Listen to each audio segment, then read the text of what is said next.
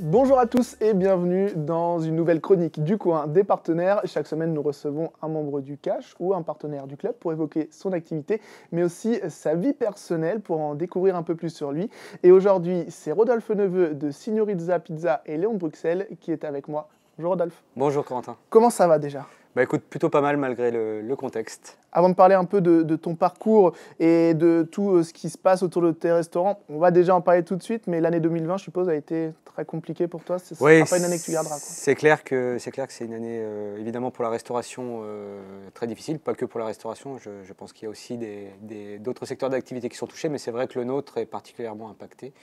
Donc voilà, c'est pas facile tous les jours, mais bon, on reste debout et on continue à se battre en trouvant d'autres solutions, comme la vente emportée, où on a décidé de garder un de mes deux restaurants ouverts pendant la période, le restaurant Signorizza, où on fait de la vente emportée. Et puis moi, je me bagarre sur beaucoup de prospection et beaucoup de livraison pour à la fois faire du commerce et puis rendre service. Tu le disais, tu en as parlé d'Hippopotamus, tu en parlais, c'est par là, je crois que tu es arrivé au club, c'était sous la dénomination Hippopotamus, qui est devenu maintenant Léon de Bruxelles. C'est ça. Et donc tu as deux restaurants dans une zone très rapprochée. Oui. Alors, deux restaurants complètement différents dans leur offre, donc ça se marie plutôt bien. Parce que, c'est le hasard ou c'est... Non, c'était une volonté.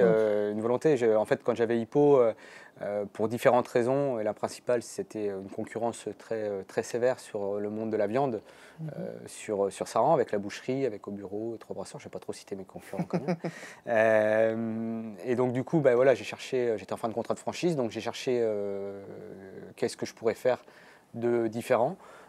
Qui serait très différenciant sur la zone et qui pourrait porter la fréquentation. Et Léon m'est apparu comme la bonne solution. Vu qu'il n'était pas présent, j'ai rencontré les dirigeants de l'époque avec qui le courant est tout de suite passé. Et puis je pense qu'on a fait un beau resto et j'espère qu'on a fait 3 années, 2 années difficiles.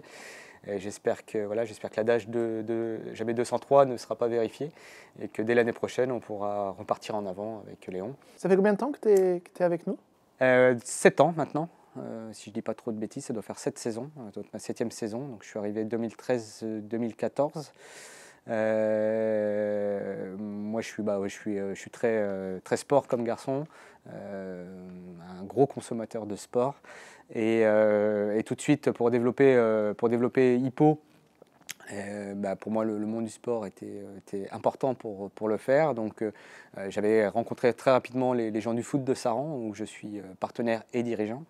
Et puis très vite, évidemment, le club de Saran est venu à mes oreilles assez rapidement. Et par le biais de Julien Le Guen de la Société Générale, qui à l'époque était directeur de l'agence de Saran, et qui m'a invité. Et puis ça m'a tout de suite plu, le contact est passé. Et puis on a démarré cette aventure-là il y a 7 ans. Et quelle aventure, c'est vraiment top. Tu parlais de sport, grand consommateur de sport, fan de foot peut-être un peu plus, forcément. Et je crois en préparant cette interview qu'on a vu que tu avais eu l'occasion de visiter quelques stades. C'est aussi un de tes dadas, ça de... Ah oui, moi le sport, en fait ce que j'aime dans le sport c'est le partage, les ambiances de stade.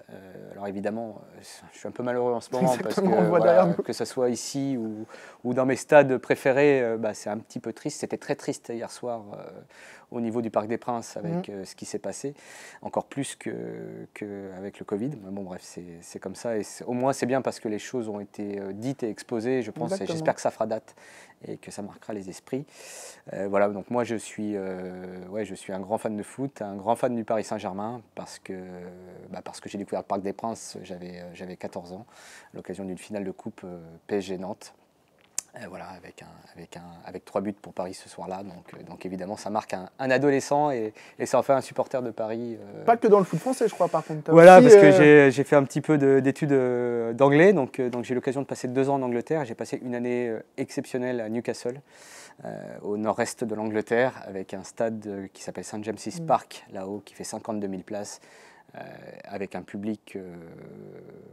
extraordinaire, je ne dis pas parce que c'est mon club, mais je pense que c'est le meilleur public d'Angleterre, avec un stade de 52 000 places qui était encore plein quand ils étaient en 2e division, et un public qui ne lâche jamais.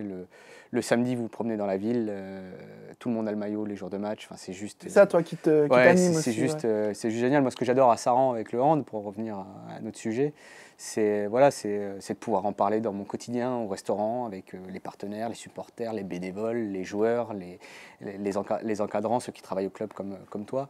Ça, pour moi, c'est passionnant. Tu es à proximité, tu le ressens, ce lien, comme tu es juste en face de la halle, tu le ressens avec des bénévoles, des fans qui viennent? Oui, non, pour moi, c'est juste énorme.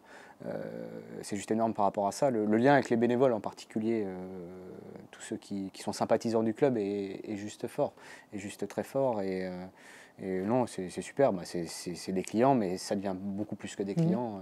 Voilà, on est aussi dans une notion de solidarité qui est dans cette période qui n'a pas de prix.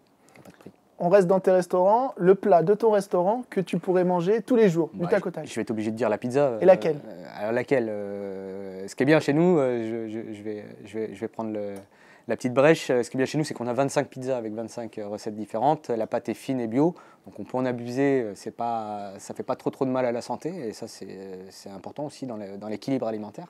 Et en plus, on a 3 tailles, donc vraiment pour les plus gourmands, on peut vraiment se faire plaisir. Si je devais en retenir une, c'est la napolitaine, vraiment pizza basique napolitaine qui est un petit peu pour moi la référence de la pizza italienne. En plus, Naples avec le stade du Vésuve et Maradona, il y a du sens en ce moment. Exactement. Moi, ça sera une suprême pour moi, la prochaine fois.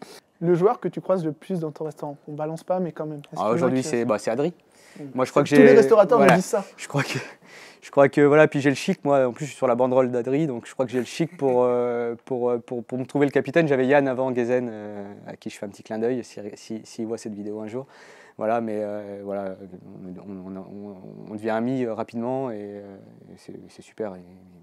Il fait beaucoup pour nous et c'est top. Et le message pour 2021, c'est de pouvoir retrouver ça normalement le plus vite, retrouver l'ambiance des stades, de la halle, de pouvoir se retrouver dans les restos après les matchs, de pouvoir revivre, repouvoir avoir cette vie sociale et puis refaire le commerce évidemment, mais en sortir le plus rapidement possible.